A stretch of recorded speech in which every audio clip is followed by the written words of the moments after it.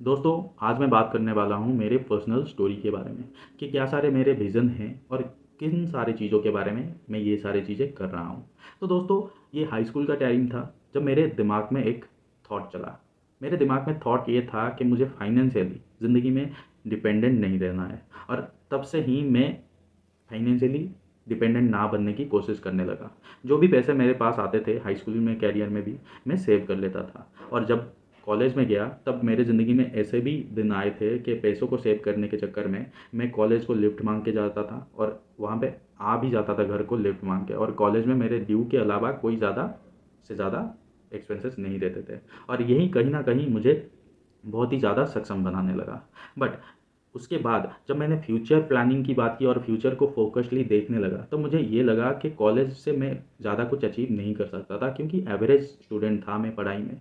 और इस वजह से मैंने कॉलेज ड्रॉप आउट करने की ठान ली, और कॉलेज भी मैंने ड्रॉप आउट कर लिया। जब मैंने कॉलेज ड्रॉप आउट कर लिया तब उसके बाद मुझे टेंशन लगा कि क्या सारी चीज़ें और करनी है, और इस वजह से मैंने क्या किया कि रिसर्च करना स्टार्ट कर दिया कि क्या क्या सारे अपॉर्चुनिटीज़ में मिल सकता है, और क्या क्या सारे अपॉर्चुनिटीज़ से मुझे पैसा कमाने की योग्यता मिल सकती है। और इस वजह से मैं जब रिसर्च करने लगा तब मुझे एक अच्छे से आइडियाज़ के बारे में पता चला, जो कि तब के टाइम पे बहुत ही अच्छा आइडिया लग रहा था मुझे, जो कि था मशरूम फार्मिंग का बिज़नेस। मशरूम फार्मिंग का बिज़नेस मैंने स्टार्ट कर लिया। कुछ पैसे भाई ने दिए, कुछ पैसे घर वालों ने दिए, और कुछ मेरे खुद के पैसों से मैंने मशरूम फार्मिंग का बिज़नेस स्टार्ट कर लिया।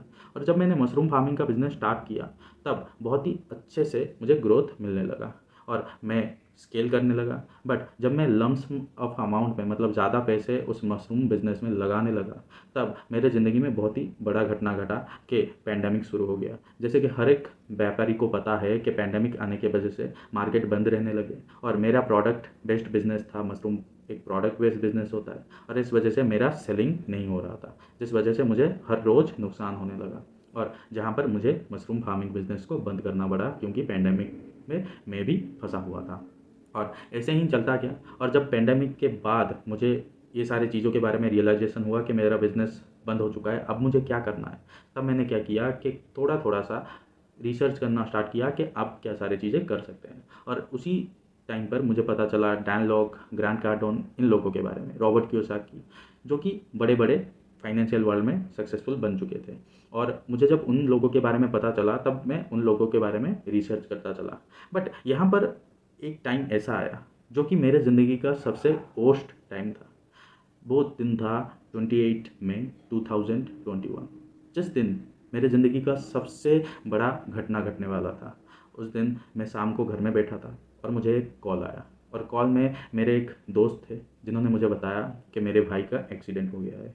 और मैं तुरंत ही बेड पर लेटा हुआ था और ड्रेस पहनकर NH या फिर नेशनल हाईवे पर चला गया, और लिफ्ट मांग के कैसे भी करके वो हॉस्पिटल तक पहुंच गया, जहां पर मेरे भाई को एक्सीडेंट होने के बाद लेके चले गए थे लोग। उसके बाद मैं हॉस्पिटल पर जब पहुंचा तब तब बहुत ही इमोशनल हो गया मैं। मेरे भाई के ब्लीडिंग बंद नहीं हो रहा था, और मुझे डॉक्टर और वहाँ के जो सारे लोग थे उन्होंने सजेस्ट किया कि आप उन्हें बड़े हॉस्पिटल में लेके जाओ। और ऐसा ही हुआ। मैंने मैंने और मेरे दोस्तों ने अरेंज किया गाड़ी, और गाड़ी अरेंज करके एक बड़े हॉस्पिटल, नियरेस्ट हमारे डिस्ट्रिक्ट बड़े हॉस्पिटल तक उन्हें लेके चले गए। और जब मैं डिस्ट्रिक्ट हॉस्पिटल में पहुंचा तब डिस्ट्रिक्ट हॉस्पिटल के जो डॉक्टर्स थे उन्होंने आए और चेकअप किया। तब उन्होंने मुझे बताया कि मेरे भाई अब नहीं रहे। वो रात मेरे ज़िंदगी का सबसे वर्स्ट टाइम था। और उस रात को मैं हॉस्पिटल में रहा, भाई को मर्चुरी में शिफ्ट कर लिया गया। सुबह हुआ, और सुबह होने के बाद पोस्टमार्टम के बाद मैं भाई को घर तक लेके आ रहा था ताकि अंतिम संस्कार हो सके। और जब मैं भाई के पास बैठा हुआ था तब मेरे ज़िंदगी का सब फ्लैशबैक पे चल रहा था कि क्या क्या सारी चीज़ें मेरे भाई ने मेरे लिए किया है, और क्या क्या सारे सिचुएशंस पर, क्या क्या सारे प्रॉब्लम्स पर मेरे भाई ने मुझे हेल्प किया था। Almost like every elder brother, like every bigger brother, he did everything to me. मतलब ऐसा कोई लाइफ में प्रॉब्लम नहीं था जब मेरे भाई ने मेरा साथ ना दिया हो। हर प्रॉब्लम में उसने 100% मेरा साथ दिया था। इवन जो मशरूम फार्मिंग का बिज़नेस मैंने स्टार्ट किया था, उस फार्मिंग के बिज़नेस में भी मेरे भाई ने ही पैसे मुझे दिए थे ताकि मैं वो मशरूम फार्मिंग बिज़नेस स्टार्ट कर सकूँ और स्केल कर सकूँ। और जब ये सारी चीज़ें मेरे फ्लैशबैक पर याद आ रहा था, तब मुझे कहीं ना कहीं से ये थॉट आया, और मैंने अपने भाई के शरीर को छुआ और उसे प्रॉमिस किया कि ज़िंदगी में कुछ भी हो जाए, चाहे कितना भी टाइम लगे, चाहे कितना भी मेहनत करना पड़े, मैं लाइफ में सक्सेसफुल बन के दिखाऊंगा। क्योंकि कहीं ना कहीं मेरे भाई को उससे ज़्यादा मेरी फ़िक्र थी और मैं कैसे ज़िंदगी में कुछ बड़ा कर सकूं, उस बारे में उसे ज़्यादा थॉट आता था। और इसी चीज़ को करना मैंने अपने ज़िंदगी का मकसद बना लिया। और इसके बाद 6-7 महीने लगे ताकि मैं क्लियरली से फोकस कर सकूं और क्या करना है ज़िंदगी में, कैसे करना है ज़िंदगी में फोकस करने के लिए, क्योंकि ये बहुत ही बड़ा सेटबैक था मेरे लाइफ का। और उसके बाद मैंने स्टडी स्टार्ट कर लिया और रिसर्च बहुत ही अच्छे से करने लगा ताकि मैं इफ़ेक्टिव तरीके से ये ढूंढ सकूं कि एक्चुअल में क्या करना है। और उसके बाद रिसर्च करता गया तब मुझे पता चला Russell Brunson, Peng Joon, Dan Lok, Robert Kiyosaki, Grant Cardone, Anik Singal, इन सारे लोगों के बारे में मुझे पता चला जो कि इंटरनेट पर बिजनेस करते थे। और कहीं ना कहीं पर मैं भी इंटरनेट पर ही बिजनेस करना चाहता था। मैंने एफिलिएट मार्केटिंग के बारे में भी सुना, ड्रॉप शिपिंग के बारे में भी सुना और बहुत सारे चीज़ों के बारे में सुना। इन सारे लोगों से भी आइडियाज़ लिया और बहुत सारे नॉलेज लिया।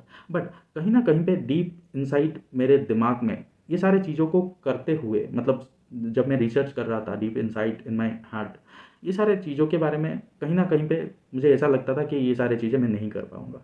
तब मुझे एक चीज़ पता चला इन्फॉर्मेशन बिजनेस के बारे में। और जब मैंने इन सारे लोगों में भी ये देखा कि ये सारे लोग भी उसी चीज़ को कर रहे हैं और वही चीज़ इन सारे लोगों में कॉमन है कि ये सारे लोग, Dan Lok, Russell Brunson, Anik Singal, Peng Joon और ग्रांट कार्डोन, रॉबर्ट कियोसाकी, ये सारे लोग इन्फॉर्मेशन बिजनेस ही कर रहे थे। वो इन्फॉर्मेशंस को लेके बिजनेस कर रहे थे जहाँ पर उनका कॉस्ट ज़्यादा नहीं रहता था बट रेवेन्यू बहुत बहुत ही ज़्यादा कमा रहे थे। और इन्फ्लुएंस की बात करें और लोगों को हेल्प करने की बात करें तो फिर करोड़ों में वो ये सारी चीज़ें कर रहे थे।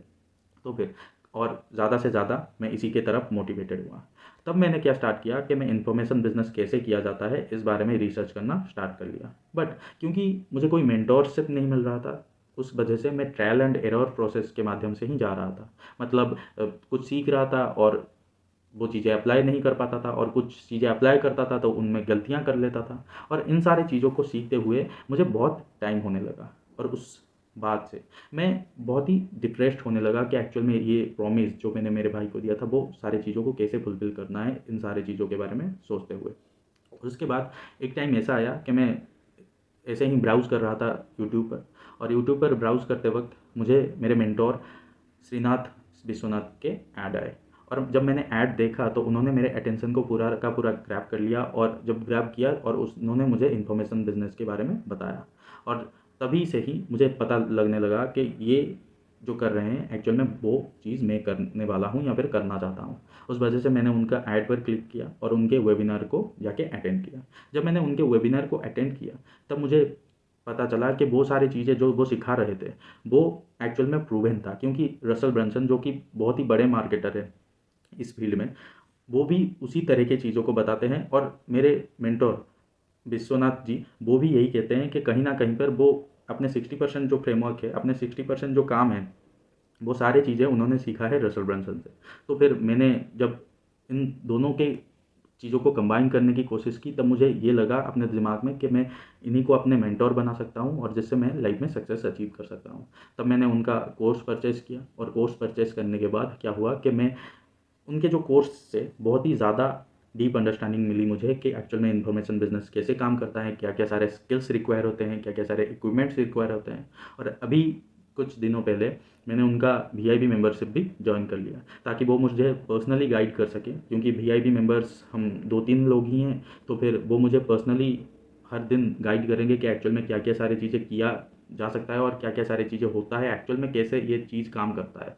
और वीआईपी मेंबरशिप मैंने जब लिया तो फिर मैं बहुत ही मोटिवेटेड हो गया क्योंकि मुझे पता था कि ये सारी चीज़ें प्रूवन हैं। क्योंकि विश्वनाथ सर ये सारी चीज़ें खुद कर रहे थे और खुद ही वो कोर्स बना रहे थे और खुद ही ऑफ़र के माध्यम से उन्हें सेल कर रहे थे। हम बहुत ही उनके बहुत ही मेंटीज़ हैं जो कि उनसे सीख रहे हैं। और मुझे कहीं न कहीं डीप इनसाइड माय हार्ट ये पता है कि मैं उनका हाथ पकड़ के बहुत आगे चल सकूँगा। और जैसा कि हमारा विज़न है कि 1 बिलियन लोगों को हेल्प करना, और 1 बिलियन लोगों को हेल्प करने के लिए मुझे अकेले ही नहीं, लोगों की ज़रूरत पड़ेगी जो कि एक एक करके लोगों की हेल्प कर सके। मैं उन लोगों को इन्फॉर्मेशन बिजनेस कैसे किया जाता है लोगों को सिखाऊंगा, यानी एक्सपर्ट्स जो कि अपने फील्ड में हैं उन्हें सिखाने वाला हूँ कि एक्चुअल में कैसे इन्फॉर्मेशन बिजनेस स्टार्ट किया जाता है और स्केल कैसे किया जाता है, और वो कैसे खुद अपने इन्फॉर्मेशन बिजनेस स्टार्ट करके लोगों को हेल्प भी कर सकते हैं, इन्फ्लुएंस भी बना सकते हैं, और खुद के लिए जो फाइनेंशियल इंडिपेंडेंट बनने की बात होती है वो कैसे खुद अरेंज कर सकते हैं। तो दोस्तों आज के वीडियो में बस इतना ही था। ये था मेरे लाइफ का स्टोरी,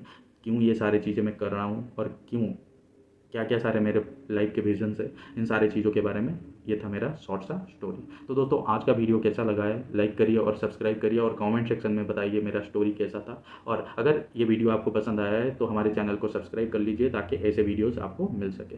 तो दोस्तों धन्यवाद, स्टे ट्यून्ड।